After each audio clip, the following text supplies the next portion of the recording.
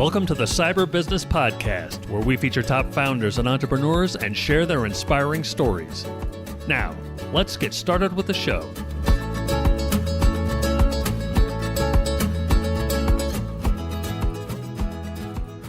Matthew Connor here, host of the Cyber Business Podcast. Today, we're joined by Bobby Barts, CIO at VT Group. Bobby, welcome to the show. Thank you for having me. Thanks for being on. Before we get too far in, a quick word from our sponsors. Hackers are getting smarter. Is your security keeping up? Cyberlink sells industry-leading AI-powered cybersecurity solutions that detect threats in real time, so you know about an attack before the damage is done, not after. Learn more at cyberlinks.com. That's cyberlynx.com. And now back to our show. Bobby, for those who aren't familiar, can you tell us about VT Group and your role there as CIO? Sure. We're primarily a government contractor. We have defense side and the IC community side. Do a lot of different things for the federal government. I've been there 8 years, almost 8.5 years now. Came from a company called Vistronics before that, which is a government contractor. Had a brief stop from that acquisition to ASRC Federal. But yeah, we're really the things we do are very creative and neat. So on our defense side, we go from installation of systems on ships. On our IC side, we do some pretty neat stuff too.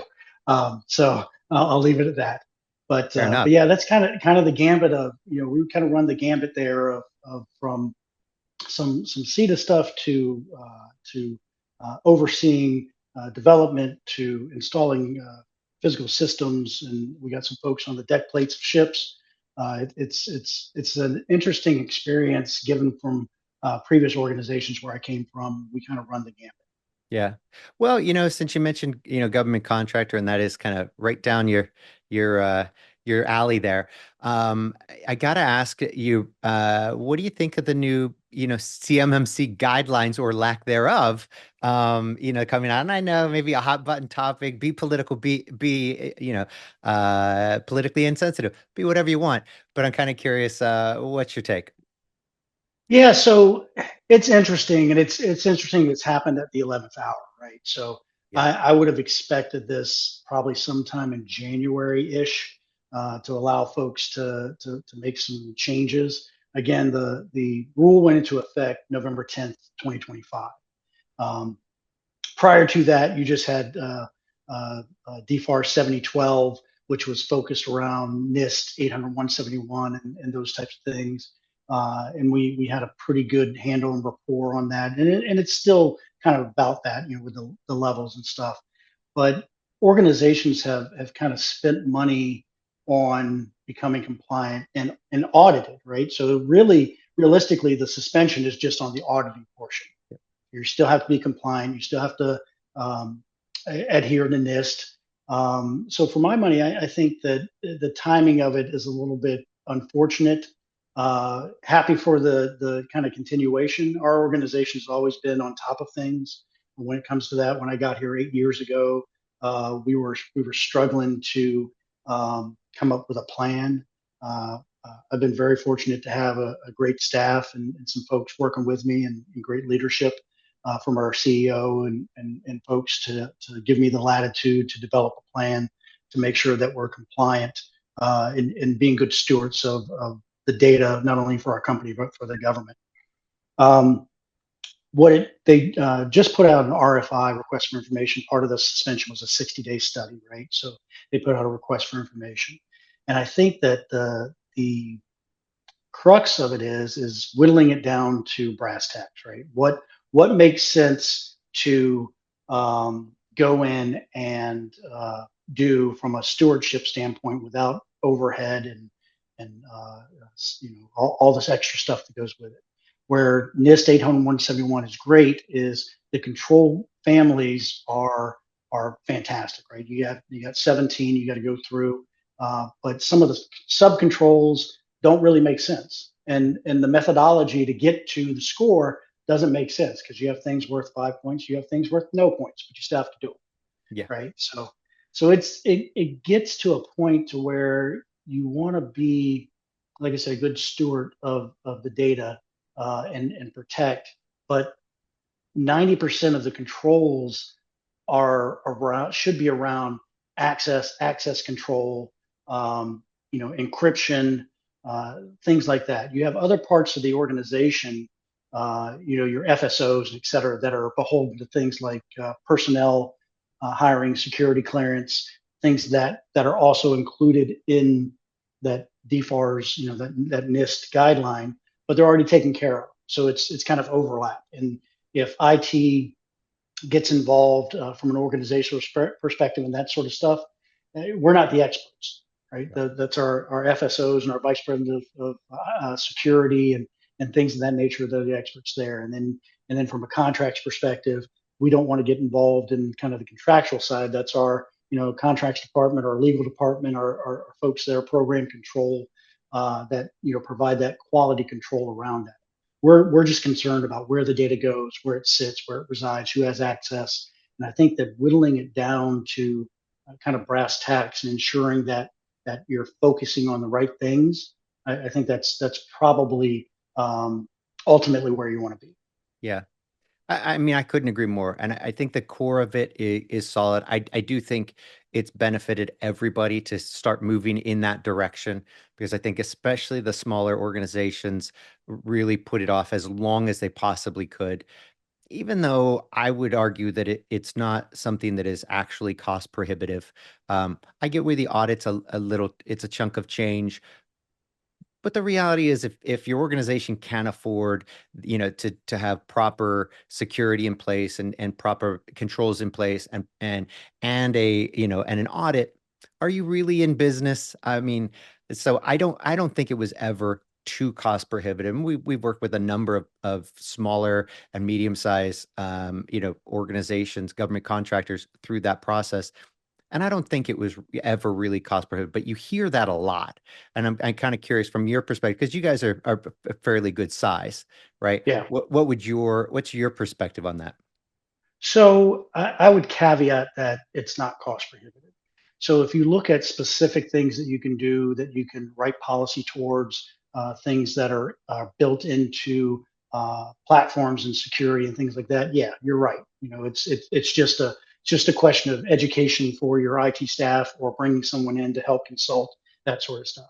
Where it gets a little gray for me is requiring platforms be at a certain level, right? So if you look at not to dissuade Microsoft or anything, but Microsoft has four platforms, right? Yeah. You have commercial, you have GCC, DoD, GCC High, of course, which DoD is the top one. And the cost difference between those platforms is enormous, and you're basically getting the same thing. Like if you're in the commercial space, you get data residency in your country, right? And that's really what CMMC and that stuff is about, is that data stays here. But you're still using intra ID, which may go outside the country if there's a data center outage or something like that. They don't guarantee it. So that's where the wrinkle comes in. Well, that flaw exists in GCC as well, right? Because you're still using the same commercial intra ID to go forward and do that. So you have to move to GCC High. And the premiums that they put on that, and the fact that they make you pay for it upfront for a year, that's where that cost prohibitive stuff kind of gets me, right? So that's where I start thinking about, hey, that's there. And then you look at the audit, right? So depending upon the scope, again, we have, and I know my CEO and folks are going to get upset with me for misquoting this, but I believe we have 10 locations, 12 locations off the top of my head. And so whatever's in that boundary, in that enclave, again, has to be audited, right? So you have to send folks out to our San Diego office to look at the warehouse, to look at what's being done there. You have to send folks to our Virginia Beach office to look at our fabrication workshop, where folks are making targets for folks to blow up. You have to look at all these different things in all these different areas. So it kind of becomes a little bit, and then you got to flow the clauses downstream, right? So if you have a person that's a one-person shop, that makes a widget for us, right? That it's critical. Hey, they're the only one in the country that makes this little widget, so we can build this in our fab shop. Well, they need to be under the same controls. So how do you do that as an organization? Do you cover that cost for them, right? So do I say, okay, well, we're going to give you this account, this space, and to upload documents, to upload stuff that's within our boundary, or and just eat that cost while paying them their subcontracting rate, or do you say, okay, you're required to do this. We may have to go look somewhere else if you don't do this. So it puts organizations in a weird space. Yeah. You know what? All very fair. And I would only imagine that with 12 different locations, that audit gets very pricey. So, Yeah. and those are really good points. I mean, I don't want to say that it's necessarily a cash grab on Microsoft's part, but I mean, I don't really see it, and I have not seen a really clear reason for the massive difference in pricing between commercial and GCC and GCC high. So I get So some, but there are some there are some bells and but whistles that you get that are not yeah, available, and I think the product roadmaps are more, I don't want to say thoughtful, but for lack of a better phrase, thoughtful for mhm, GCC high. Where in commercial they're releasing stuff that could be just outside of beta, right? So we want to get this feature out there. We want to innovate. We want to corner the market on this particular feature within Teams, or this particular feature within what have you. So that is then extended for GCC high, where you're not dealing with as many users calling you say, hey, my word is this button disappeared, etc. So there's pluses and minuses. yeah, not sure that costs a lot of money, but fair point. Understand. No, I'm there with you. I look at it from perspective of what value am I getting, and what value am I providing to the organization? Because that, at the end of the day, that's all we can do, right? Is put ourselves in the middle of what value do my users get out of the services I'm providing them on a daily basis to help them go and do their jobs in order to fulfill their not only personal goals but the company's goals and things of that nature, right? So you never want to be the cause in IT of someone not being able to get home to their family because they're working with some sort of issue or thing that could have been solved or could have been fixed or could have been changed a different way. yeah. Well, I think it's really interesting because when you look at CMMC and the focus towards, security and policies, procedures, and kind of getting everybody on the right path, I think that the tried and true methods of securing an organization, I think are great and solid. But I think the landscape is changing so drastically and so rapidly now with the advent of AI. And I think it's a fun and exciting time. I really do, because what AI does for the bad guys is also doing for the good guys. And I'm an optimist, and I think ultimately the good guys win, but that game is not fully played out yet, so we'll see. But I think it's a really fascinating and an exciting time, because you look at things like, let's just take typical patch management and vulnerability management, right? So now you've got AI, you've got threat actors who are using AI to find zero-day exploits at a much faster rate. And I think this changes the playing field for how we should go about managing our defenses. Because in the past, I think patch management was important. You test it, you patch it, great, and with some degree of confidence, you could be like, look, 99% of the bad guys are not going to find their way through, even if they were trying, because we're pretty good, right? It takes a lot of really good Uber hackers to find a zero-day exploit. Now, it doesn't take some Uber hacker. It takes, somebody with, writing the right prompts with the right AI engine to come up with a zero-day exploit. And so I think that the future is more on the how do we leverage AI to find to find those anomalies, to find things that are not right, and detect that the intrusion, detect that zero day, in, at machine speed, because they're coming at us at machine speed. We need to be reacting at, in kind. So I think that makes for a fun and I mean, it's fun for a cyber guy. It's fun, right? I think it makes for an exciting time, and I think that's where things are going. But I'm curious what your take is.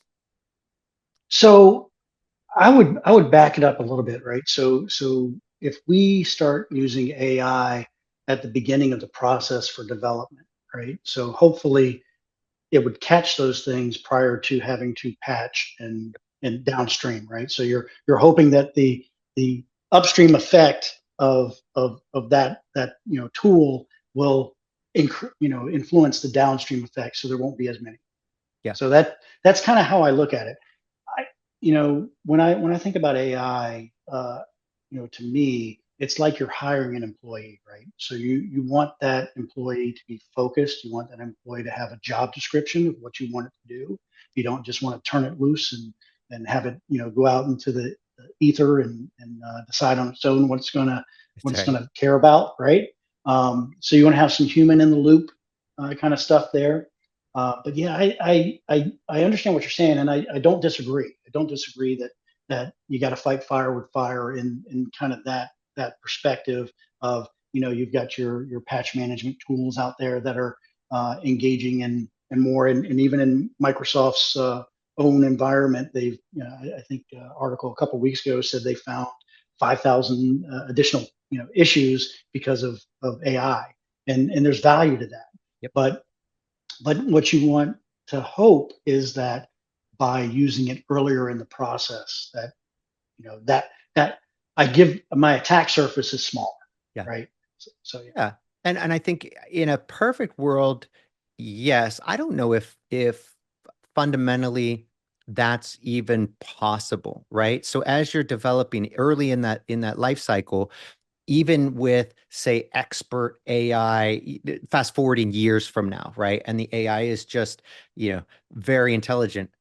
It is one of these kind of I don't know, kind of an arms race of sorts, where even when you're using the same AI to build those, and it creates a very strong and what appears to be spectacularly secure solution, that's kind of the point of the other side, right? And Right. will that AI find ways in?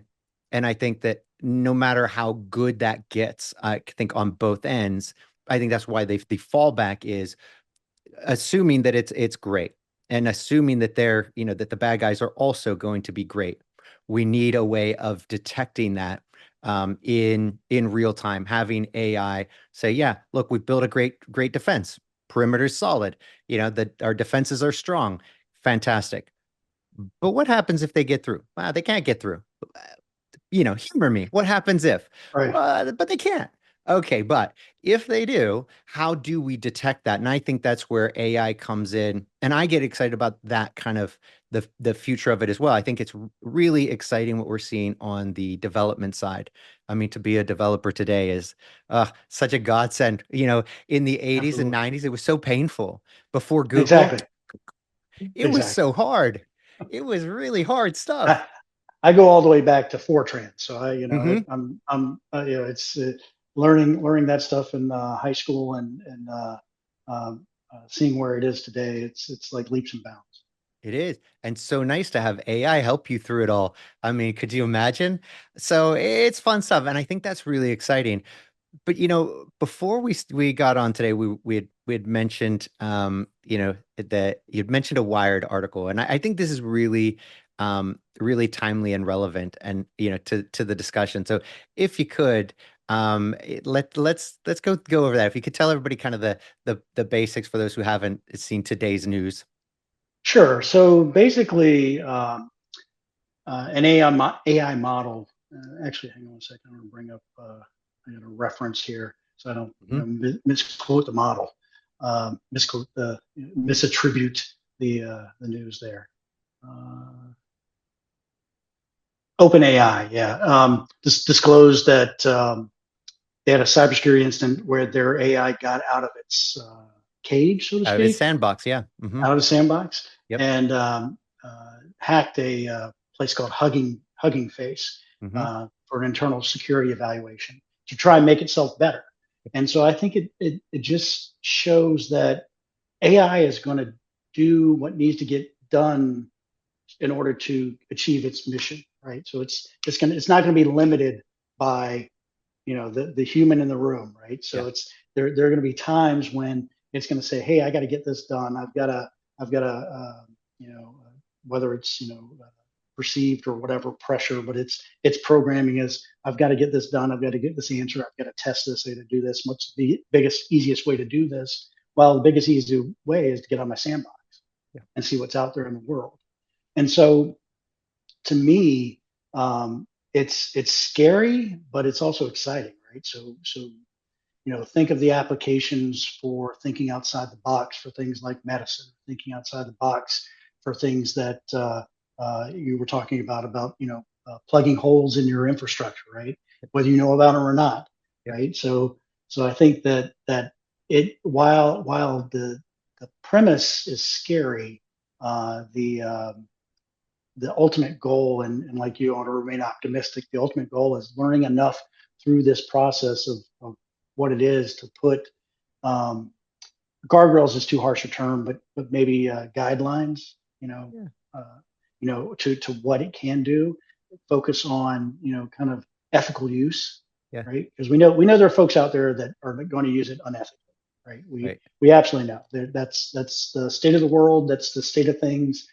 People come from different backgrounds and they have different vision for where their ethical and moral floor is, given their circumstance, right? So in order to protect what's yours, you have to, operate within your ethical, moral guidelines to do that at the start, right?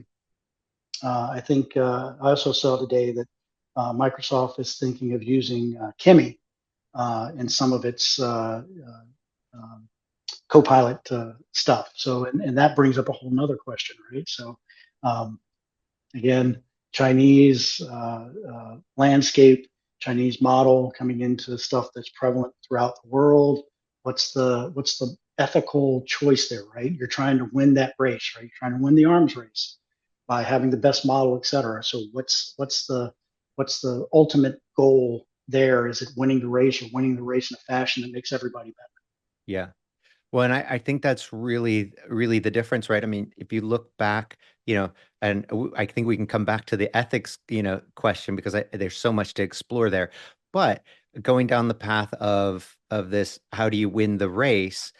It's interesting because we're now taking this approach where we are anti-open source, China's approach is we're going to take an open source approach to this. And if you look at when open source first came, to prevalence and during the early .com, days, it makes perfect sense, and the logic still holds, right? That if you have these open source, resources, these open source, whether it's software or AI, then it does lift up the whole community, right? And more people get access to less expensive technology, and that raises the rising tides raises all ships, right? Right. And I think that if you look at what China's doing, they're applying that to they're applying that open source model, and they have all kinds of products that are already integrating AI because it's a lot more, cost effective to use that open source model. I don't think that really funds the being the first to win the race, if you will, I think ultimately the Americans' approach to it. I think that ultimately wins. So we see that they're Mm. already ahead in every, and I think they'll continue to be. But it's a question of what will happen after, right? And I think they'll win that goal. But I worry for the Anthropics and the open AIs who are investing so heavily now in that. But then as you fast forward and the compute becomes more powerful and becomes more of more desktop friendly, more mobile friendly, and now you're able to run models on, at your desktop, keeping it more secure and private, and still having, all of this access to the AI you need. I wonder what that future looks like for these big guys. Not to be an, I'm not opposed to it. I think that there needs to be some sort of transition. And I think if we looked at open source, the transition was, oh, you can provide all these product services, create a more secure version of that, provide services attached to that. All those things make sense. So I wonder if that is going to be the future for Anthropic and OpenAI and well, Google, they'll always make money there. They're in everything. So I'm not worried so much about Google. But I think that'll be really interesting to see what happens there because I think the model has to change as, once you get to that AGI level. But what do you think? No, I don't disagree. I mean, you look at technology history, right? So we came from AS400s and tethered machines and went to PCs and servers and then went back to data center and cloud, which is AS400 and tethered machines, right? So I think the argument can be made for what you're saying, and that evolution, um, the speed of it has to be at the appetite of the consumer, right? So I think that's the big thing that's getting buried here is that you have a population of a generational population that is weaned on technology, and then coming off the millennial stuff, you have the folks, the Gen Z folks that are know nothing but technology, and then you have the Gen Alpha who take it to another level. So that I don't disagree. Your point about open source is interesting because I think the model definitely has merit and it has brought us innovation throughout this technological life. But I think the original way it was done, looking at how Oracle set up its initial patching, right? So it had 10,000 people out there, programmers out there providing all these patches and all these recommendations to fix things. And you fix something, you break something else, you fix something, you break something else. So there was no change management, there was no configuration management around it. There was none of that thought, right? It was like, oh, my problem's fixed, so I can move on to the next. I don't worry about anything else. I'm just going to move on to the next. Mhm. And I think that that's where we get lost um, in organizations is that micro look at fixing stuff today and not worrying about it breaking stuff tomorrow, right? Or it Yeah. being tomorrow's problem. Yeah. No, 100%. And I think it'll be really interesting to see, how that plays out, with this. Because when you look at things like Kimmy, you look at, that those kind of what appears to be a very powerful model.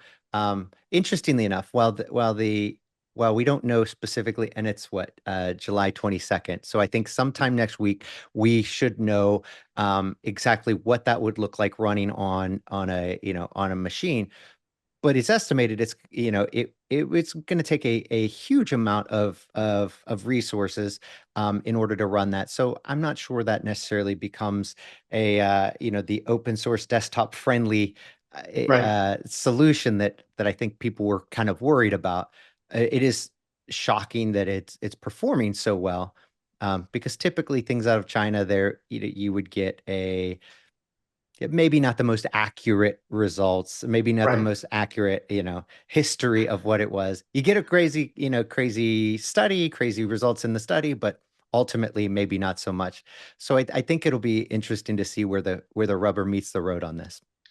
Yeah, no, I agree. I think the initial, and memories escaping me right now, but the initial model that came out of China produced some very great results. And they said, we're able to do this with less processing power, less, this, and it come to find out that that's not the case, right? So you're getting all these hallucinations, you're getting all these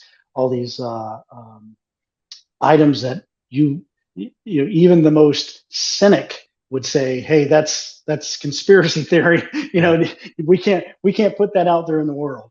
And I think that's kind of the world of open source at its worst, Yeah. right? So at its worst. So it just we have to have the configuration management. We have to have the change management and have the buy-in from folks, right? If you really want to have open source, it truly has to be crowdsourced, right? So Yeah. it has to be all the smart brains out there coming together and working on problems. Yeah.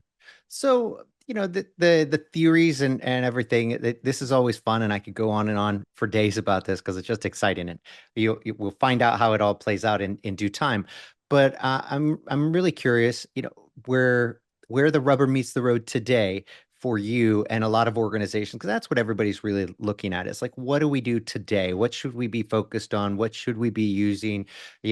I think these are the questions that people need to be pondering and honestly taking action on pretty quickly. I don't think it's something that you can sleep on. Well, some people will say the ROI is not there. I'm not sure I agree with that. I think we're already seeing the ROI is clearly there when it comes to things like development, for software developers. That's a no-brainer. It's clearly there. Now, is it there for every job? Obviously not. Right. But I think it is there for a lot of jobs. And if nothing else, making even the average office worker more, I would call them supercharged. And I think that's a huge ROI. I think while it may be hard to put numbers to it, I think somebody probably can. I think Right. it's probably actually not that hard, because now people and I think it also the big one that I think is perhaps even more important than the actual number ROI is the psychological benefit that it has on people. And I know everybody talks about, they're going to take our jobs. AI, the robots are going to replace us.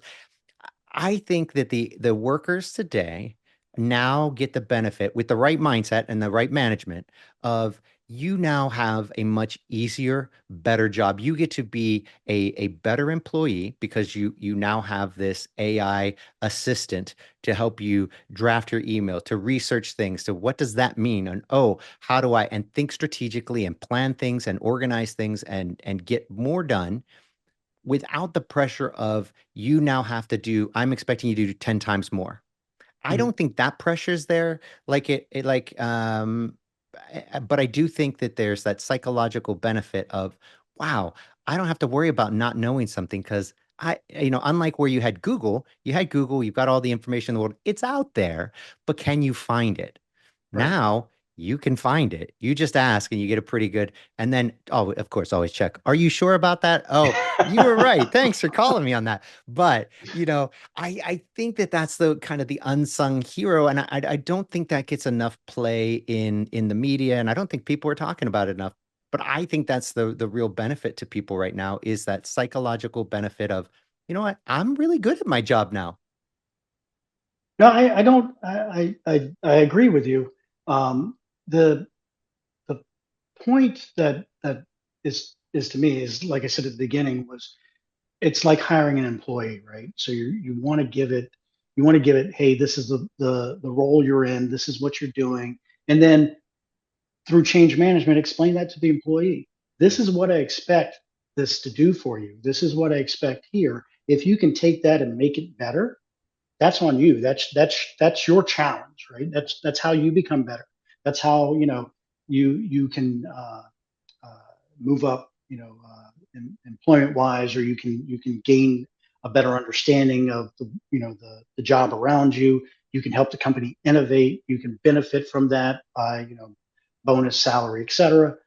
So I think it's all in how you communicate it to people. And to your point, I agree that it is meant to be enlightening for the employee, right? So hey, you are now empowered to do this, where before it was this process over here that was weighing you down. You thought it was weighing you down. You felt like you didn't have input. Like you thought like, hey, we're just being. So to give you a thing, so VTG, we acquire a lot of companies. So we've done it. In the past year, we've acquired 7. Wow. So yeah, so that integration, that piece from a conversation change management perspective, not only the business side, the IT side, and then also making the employee feel like they're valued and they have input into the new organization. Because every time you acquire a company, you're building a new organization, right? So because they have value, they have structure, they have things they've been doing well, they bring to the table as well, because that's why you acquired them, right? So I think your point about making it clear to the employee that, hey, the replacement theory is the replacement theory, and that's, over here, right? So we're not looking to do that. We're looking to make what we have better, right? Just like an acquisition, we're looking to make what we have better. Yeah. Right? I may not have business in a particular area, and I want to get a foray in that area, so I go acquire a company that has that, and then it makes the company better. It makes everybody better, because then you share the knowledge there. You share that what's in it for me, and then someone that's in one side of the company says, "Hey, I could use that tool, or use that thing that we bought, or that person that we bought to help me solve something over here." Yeah. Right? And that's how it is with AI. Is that what you build can help so many people in your organization. Yeah. I can't help but think, I mean, if you have acquired 7 companies in the last year, that is an expertise that I think a lot of people could, could benefit from. So what sort of advice would you have for people? As I know, most businesses, they struggle with an acquisition. Some of these, venture-backed firms where that is their growth, model, they get pretty good at it. But for the average company that, okay, look, we're looking to do this, they make an acquisition. It's a big deal. It's a challenge to do the integration. You're an expert at this point. What advice would you give to those companies, looking at that, or maybe in the midst of it and struggling with it? Yeah, sure. So just some history first. So since I've been with VTG, we've acquired 12 companies. Prior to that, when I was with Vistronics, we acquired 8 companies. So over that period of time that I was there. So the first thing that you have to look at is do no harm, right?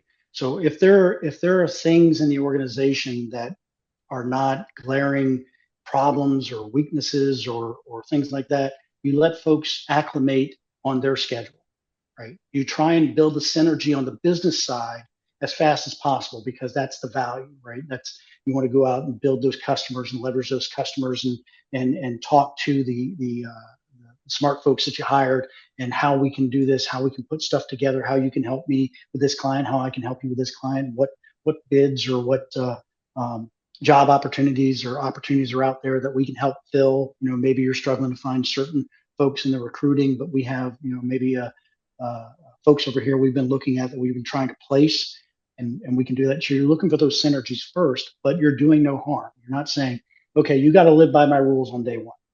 You gotta use my email system on day one. You got to use my, this on day one. You come to an agreement with them that you make it so that you can operate as an organization, build whatever bridges you can between the technologies, and then from there create a plan to have those technologies integrate to where, folks don't care, right? So okay, all right, I'm logging in this 365 today, I'm going to log in this 365 tomorrow. I'm logging into Google today, I'm going to log into Microsoft tomorrow.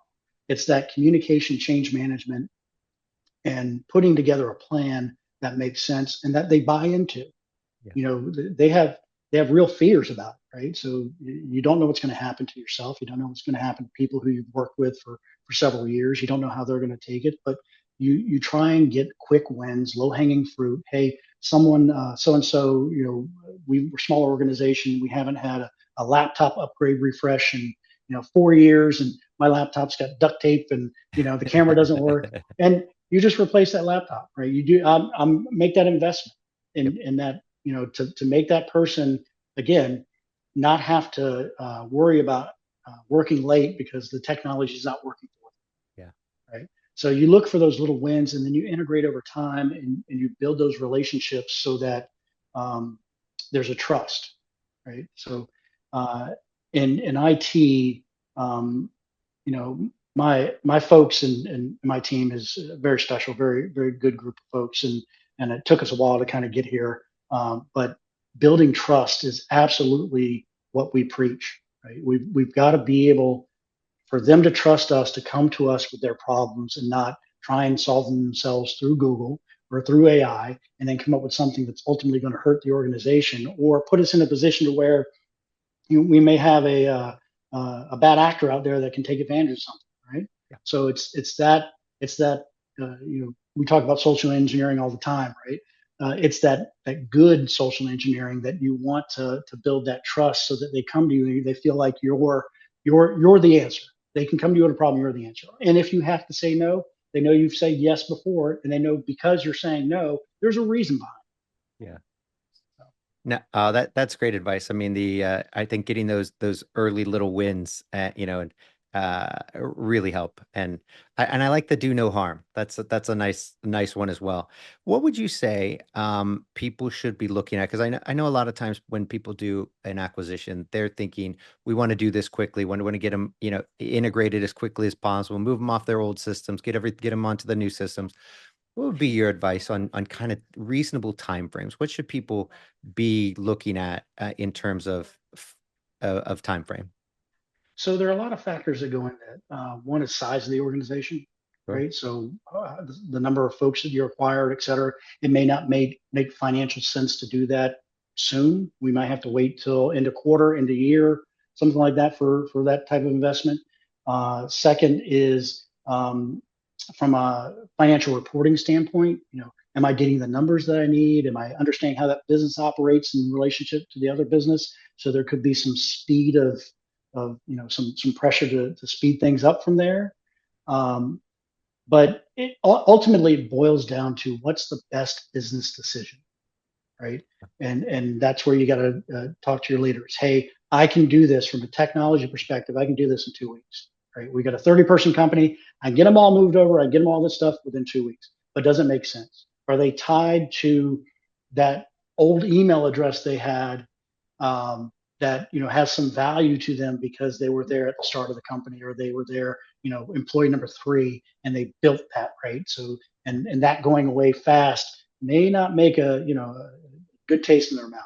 So it's entirely that business goal decision. And in IT, we can move as fast or as slow as they want us to. We've developed systems, we've developed processes, we've developed everything like that. Generally the longest pole in the tent for us is communicating with the users what's changing. Yeah. Right.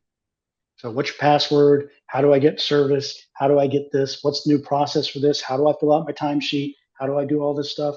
And that's generally the longest pole in the tent. The technology is technology, right? So even if you have 8 to 10 terabytes of data I have to move from one platform to another, I know the time frame there. I can calculate. Within a couple days I can say, okay, so I can do this in 2 to 3 weeks. But it's that getting them to feel like they're part of the organization, or they're joining something that's much bigger and better than what they were. Yeah, well said. Bobby, this has been an absolute blast. I'm so glad you came on the show and talked with us today. But before we go, can you tell everybody where they can find out more about you and more about VTG?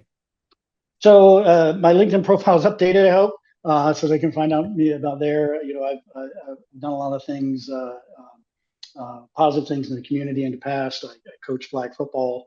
I've been coaching that for about 20 years now. The organization vtgdefense.com is our website. We've got a lot of good people over there, a lot of very smart, talented people helping the government do amazing things. And just to correct myself, it's 10 locations. So fair enough.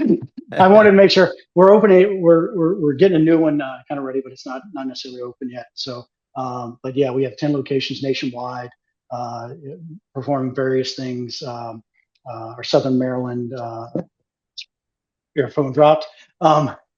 Southern Maryland, does our press helo contract. Nice. We have our headquarters in Chantilly, our fabrication shop in Virginia Beach, and then located throughout the DMV and then San Diego, et cetera. Fantastic. Well, Bobby, thanks for coming on, and until next time. All right. Thank you. Thanks for listening to the Cyber Business Podcast. We'll see you again next time, and be sure to click subscribe to get future episodes.